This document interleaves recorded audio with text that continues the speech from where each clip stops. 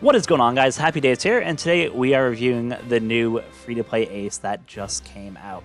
So just some notes before we actually get into what he does. To get him, it's a little bit more unique than other times when you would kind of pull for a unit, but you can actually get copies of him, a total of 6 total, from different game modes and from different shops. So that's kind of the first thing to know, is that when you go into here, you'll get up to 6 copies from the different shops that are there, and then you'll also get evolution skulls as well.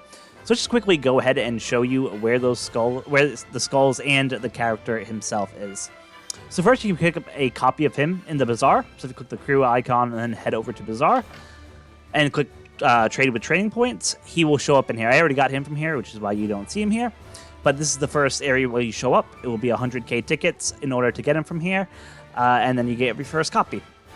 The second copy will end up being from the Metal Exchange. So if I just come into the Tavern tab there and hit the Metal Exchange button, he'll show up here. I also got him from here already too. So you can see that you can pick him up for 1,000 tickets as well. The third place you can go ahead and get him is from the Kizuna shop. So we'll go to the Adventure tab, click on the Kizuna Clash, and you can click on the Kizuna shop icon in the lower left-hand corner there.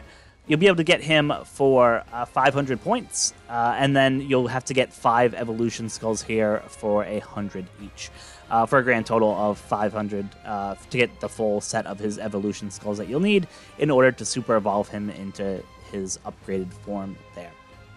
After Kizuna, we can go ahead and go over to Rumble, so we'll go back to the Adventure tab and go into Pirate Rumble. Here, he will be about 30k, roughly. Just to make sure, you have to go into here, about 30,000 tickets. So that's actually quite a lot. Usually that's like somewhere around like level like 20, 24, 25, 26 of the island, right? So it's quite an investment to actually get him. So just make sure you save up your Kizuna tickets your Rumble tickets over multiple seasons. You could probably get somewhere like between the range of 5,000 to 7,000 tickets a season. So obviously it might take a couple seasons if you don't have any of your tickets saved up there. Next, we're going to hop over back to the Adventure tab and go to the Treasure Map Bazaar. And if I go into TM, I can go ahead and click the exchange icon on the left-hand side of the screen there. And if I don't have him, he will show up here. And he will be selling for 50k tickets. And then the last place he's going to show up is the PKA shop. So if you go to the Adventure tab and then hop over to the Pirate King Adventures game mode, you'll have a ability here to go click the ticket exchange icon at the top there, and you'll go ahead and see that you can grab him for 300 of those tickets for PKA.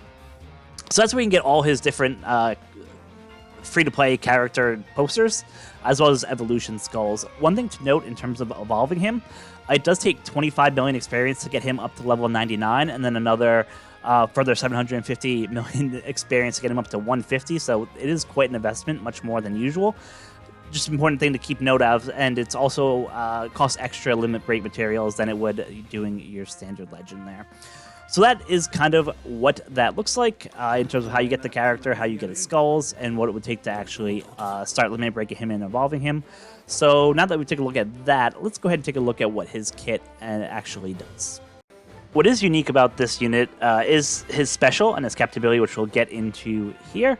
So let's go ahead and pull the unit up just so we can see what he does. So depending on his level, limit break level, he does have a different special and a different captain ability. So let's just look at it in the base form first, and then we'll go ahead and look at what he gets from the level limit break. So if I open it up, you can see from his base special, he reduced the crew special charge time by 1 turn at the start of the quest, which is always good. And he boosts shooter and shredder characters' HP by 1.5. He is a shooter striker character, so that makes sense.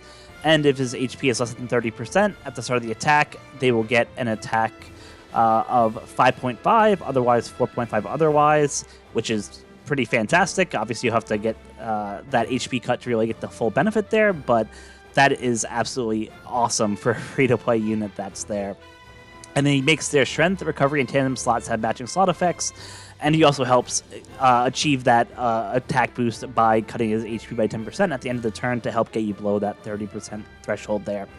He also reduces the crew's chain multiplier growth rate and attack down by 5, so 2 great items there. I don't think we have many characters that can actually take down that first chain multiplier growth rate that I can remember off the top of my head. So obviously that will probably be a key part in one of the upcoming battles, or maybe there'll be a upcoming treasure map boss who will have that kind of gimmick. So it's really nice that he has that ability out there.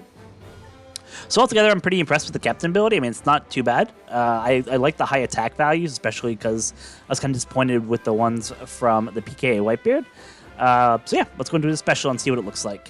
So he cuts the crew's HP by 95%. Again, that will help achieve that low threshold so you can get the most damage out, and he deals 40 times the HP loss in non-type damage to all enemies. And then he doubles the damage dealt to ignited enemies for 3 turns, and applies ignited status to all enemies, ignoring immunity. And then after 1 turn, he'll apply the ignited status to all enemies, ignoring immunity again, and does about 100 times the enemy attack in non-type damage at the end of the enemy turn. So the base special doesn't really do too much. It does a little bit of fixed damage. Yeah, it gives you a conditional boost against ignited enemies, which isn't bad.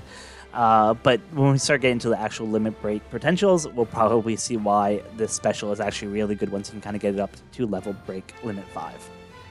So let's go ahead and just take a look. So I'll go over the Rumble abilities after, but I want to skip over to level 3 because that's where the captain ability changes.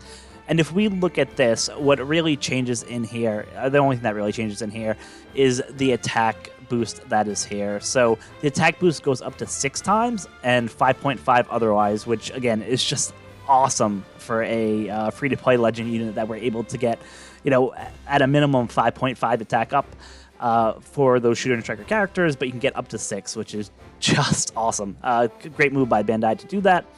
I won't go through every single upgrade to the special itself, but just to quickly kind of go through, what changed in each one. Once you get to level break limit 3, the big change here is that if your captain's a shooter or striker class, you can stack 2 different damage boosting effects by up to 1 turn. So this is kind of similar to what Demon Robin did from the anniversary last year.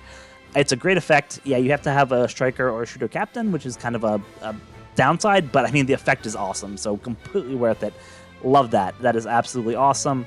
All the ignited conditional stays the same at 3 turns, and then the ignited at the end here stays the same as the base attack. When you get into level 4, the big difference here is that you will end up getting block slots being able to change to tandem, so that's always great when you have a special that can change block slots. So I love it. I think that is really awesome. Outside of that, all the other duration turns stay the same for the damage to the ignited enemies and for the turns that go there. And then lastly, when we go ahead and get into level limit break 5, the big difference that you'll see here is that the different damage boosting effects last for 3 turns as opposed to the 1 turn that you had on level break limit 4 that's there. The only other difference here too is that the very last buff that's at the bottom there, where after the 1 turn it applies ignited status to all enemies, excluding immunity. Now it is 2 turns if you're level break limit 5. For all the other previous versions, it was only 1 turn. So that's good. You get another turn of damage there, which is always great. So overall, once the special gets up to level break limit 5, it's actually a really awesome character. I really love this character. I think that they designed him awesome. The fact they made him free to play is great. And I really hope that they kind of do more of this in the future. So let's go ahead and just take a look at what his super type do. So you need any of the 3 characters, and it looks like there's a lot of the Whitebeard pirates on there, as well as obviously Roger, Luffy, and Sabo. And basically it will give you a Rainbow Shield for any damage that exceeds 5k for 1 turn, which is great, especially because you're going to be having low HP because of his combination of his special as well as his captain ability. So it's great that you'll be able to nullify a big death shot, for example, that might come. And you get strength characters into super strength and shooter characters into super shooter. So good super. The condition's a little hard to activate just because not a lot of these units are really that great. So getting 3 of them on a team will kind of severely handicap, I think, what you'll be able to do there. But I like I said, I don't think it's the end all be all super special here. But if you can actually activate it, it's pretty decent. He does have 3 potential abilities, so he does have a final taps. We'll just take a look at that. So if 2 characters on the crew, and again it's that same that was on his super. I'll just go to level 5, it'll make it easier. He can boost the base attack based on the HP that you have left, so the lower your HP, the higher the attack. You get a minimum of 1,000 up to 3,000, which is great, and it can stack from the special, and then it gives you a 0.3 boost to any status effects that you might have out there, so it'll kind of help on there. So overall, I mean, I don't think he'll be using him that often for his final tap, to be honest, but an attack boost and a conditional boost there, 0.3, is not too bad. He also has a barrier penetration, which is great. Usual for shooter characters, so that's good to see. And what's really interesting is that if you go to his third one, the Enrage, you can actually reduce the increased damage duration by 3 turns, which is pretty awesome, pretty unique. So good ability there for level 5. Definitely might see some use there. Yeah. So let's go ahead and take a look at his support real quick. His support is just stat boost, so nothing kind of special there. And if we take a look at his sailor abilities, just base stats by 70, nothing too crazy there, and just making tandem slots matching. But there's so many ships and characters that do this today, this really isn't that big of a deal. So yeah, his sailor abilities aren't that great, but overall his captain ability is really good with the attack there. His special is fantastic once you get to level 1 break 5. His potential abilities are okay. So yeah, let's just check out how this guy does in Rumble real quick. I don't expect that he'll do great, just because he's a free-to-play legend, right? So they're not going to make him, someone who will be able to compete, and you'll set him as the GP leader. But maybe it might have some skills that help in terms of normal Rumble. So let's go ahead and just take a look at his Rumble special first, and we'll just do the level 10. So he gives a attack up of 5 for your whole team, which is pretty good. And then he will end up doing, this is special, and he'll end up doing damage twice. So he'll do damage to enemies in a large range, a horizontal range, for ×2 his damage, and then he can do 2.5 in a large range.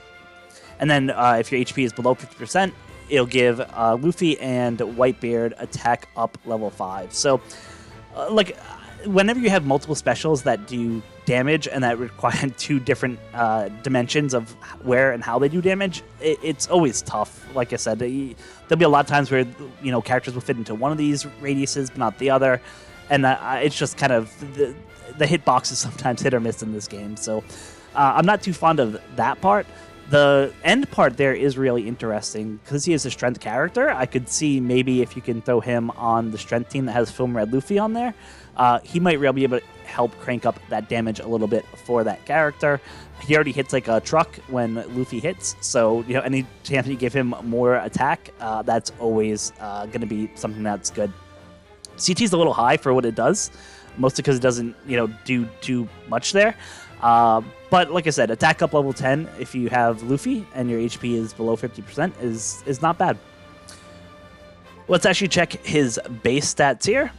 So he gives team defense up level 6, HP up level 6, and speed up level 6. So that's great. And then with his HP is below 50%, you get a shield. So the defense up is awesome, just because defense up is so prevalent in Rumble and GP that having just a guy that does universal boost will be super helpful out there. So I like that. I definitely like that piece of it. Like I said, the more I look at his kit, the more I could definitely see him getting some play on that strength team, especially with the Film Red Luffy. So we'll have to see how that goes. And let's just check out his resists real quick. So he resists half stats, which is always fantastic, and he reduces damage by 30% for a Dex character. So I like the resist half stats. That is pretty great. And let's go ahead and check out GP and see what he can do here. So he targets shooter and striker class for HP up level 5, attack recovery up level 2, and gives them a small defense boost, attack, and speed up level 4. So, like I said, you probably won't be using this guy just because that's a pretty weak GP leader skill there. So not much to talk about there. Let's go into his burst and see what his burst can do.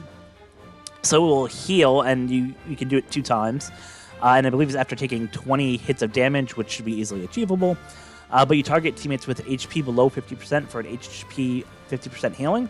And you get 3 enemies with high HP for a 50% cut. So this is interesting. Maybe you could see limited use if you were trying to use this guy if you knew Luffy was coming and there was a G5 burst coming, let G5 hit you, take some damage, pop the special, and then your team's back up to full health. Could see some use there. I mean, I don't think you'll see many people running this guy outside testing him maybe the first or second day, but it's interesting nonetheless.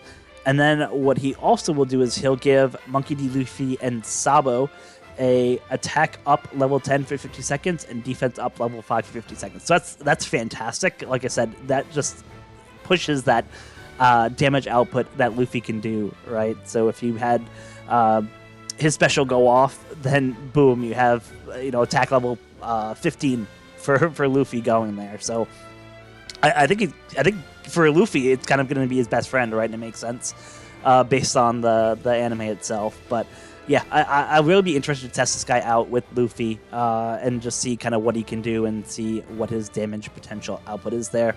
But like I said, the burst isn't going to be anyone who's going to be replacing G5 anytime soon. So it'd be interesting to see how this character goes in regular Pirate Rumble. So that's a high-level overview of what the new Ace does. Overall, I think he's really good. You can't complain whenever you have a free legend that Bandai gives, especially one that gives some unique buffs in his special or in his captain ability that you don't get in other places. So yeah, like the unit. I think he'll definitely see some play.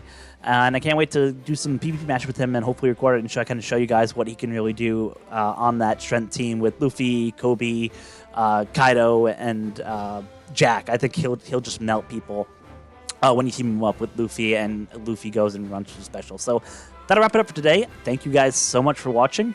Let me know, if you have already all the skills needed to level up your Ace.